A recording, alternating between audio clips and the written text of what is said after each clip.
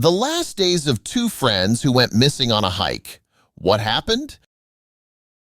Two young Dutch women set out for adventure in Panama, but their journey turned into a chilling mystery when they vanished, leaving behind eerie clues. What really happened on that fateful day? Chris Kremers and Lisanne Froon set out on an adventure to South America. But just days after their arrival, the two friends vanished without a trace, sparking one of the most perplexing missing person cases in recent history. From a series of unsettling clues and failed calls to emergency services to eerie photos taken in the dead of night, discover the story of the young women's last days that left loved ones and investigators alike haunted by unanswered questions. A dream trip takes a dark turn. In 2014, Chris Kremers and Lisanne Froon embarked on an adventure that was supposed to be the journey of a lifetime. The friends were in their early 20s and had saved for over a year to travel to Panama. They planned to volunteer with local children and explore the region's natural beauty. This trip marked the beginning of their gap year, a chance to experience a new culture, learn Spanish, and make a positive impact. Arriving in Panama on March 29, 2014, Kremers and Froon settled in Boquete, a small town nestled in the lush highlands near the Baru volcano. They stayed with a host family, immersing themselves in the local culture. The girls were disappointed, however, when their plans to volunteer at a local school fell through. The school staff informed them that they couldn't accommodate them that week, pushing back their start date by several days.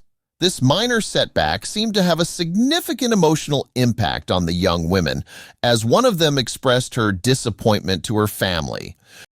With time to spare, Kremers and Froon began exploring the area, asking their host and the Spanish language school they attended for suggestions on places to visit.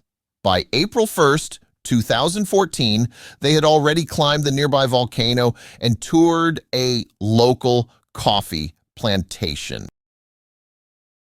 Eager to fill their days, Kremers and Froon decided to hike the popular Pianista Trail, known for its scenic views and dog walkers. They left their host family's house around 11 a.m., dressed lightly in tank tops and shorts while carrying small backpacks. Their light packing suggested they only planned to be out for a few hours. However, the trek quickly turned into something far more ominous. By the time they were reported missing, confusion had already surrounded their final day. The exact time they started the hike was unclear, and inconsistencies between their social media posts and witness statements further muddied the timeline.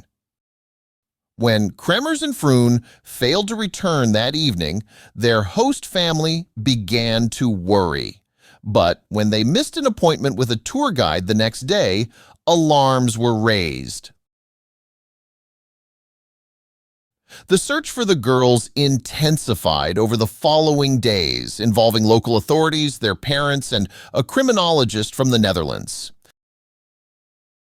Despite extensive efforts, including a $30,000 reward and a 10-day search, no trace of the girls was found, leaving their loved ones desperate for answers.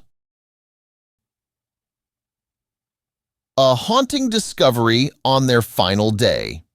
As the days turned into weeks, the case of Kremers and Froon grew colder. Then, 10 weeks after their disappearance, a local woman found a blue backpack on the bank of a river near Alto Romero, a remote area miles away from the Pianista Trail. The backpack was dry and appeared almost untouched, a bizarre detail considering it had rained heavily the days before. It was later confirmed to belong to Froon. Inside, investigators found personal items, including bras, sunglasses, both of their phones, a digital camera, and other small items. The discovery of these items only deepened the mystery, as The backpack's contents appeared carefully preserved despite being exposed to the elements. The content of the camera and phones was far more disturbing.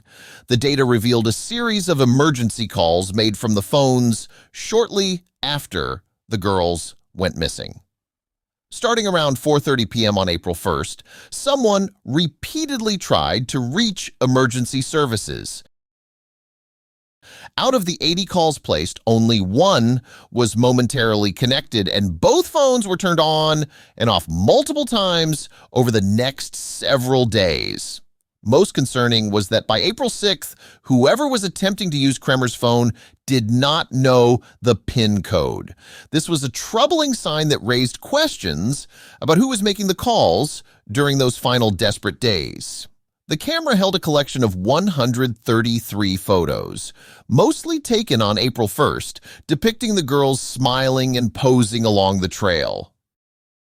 The last picture that day showed Chris standing in a small gully, surrounded by dense vegetation, a seemingly innocent photo that would be the last normal image of the pair. 7 days later, in the early hours of April 8th, the camera was used again, capturing over 90 photos between 1 a.m. and 4 a.m. These photos were disconcerting, showing dark, blurry images of the jungle, rocks, and nothing identifiable. One particularly chilling photo appeared to show the back of Kremer's head with what looked like blood in her hair. The discovery of the photos raised more questions than answers. Were they trying to use the camera flash as a light source? Were they signaling for help? No.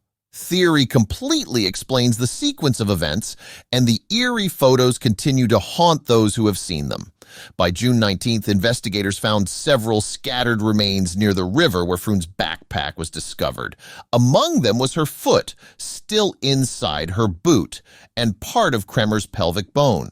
The remains, scattered and in varying states of decomposition, provided no clear evidence of what had happened. The official explanation suggested the girls had fallen from a dangerous monkey bridge, yet there was no direct proof that they had ever reached this hazardous area. To this day, the fate of Kremers and Froon remains one of the most perplexing and heartbreaking mysteries in recent history. The scattered bones, eerie nighttime photos, and unanswered calls for help paint a chilling picture of their final days. Alone in a foreign jungle, their last moments may have been marked by confusion, desperation, and the terrifying knowledge that no one was coming to save them. The tragic story of Kremers and Froon serves as a somber reminder of the dangers that can lurk even in the most beautiful and seemingly safe places. Their disappearance continues to haunt their families, investigators, and those who have delved into the chilling details of their case.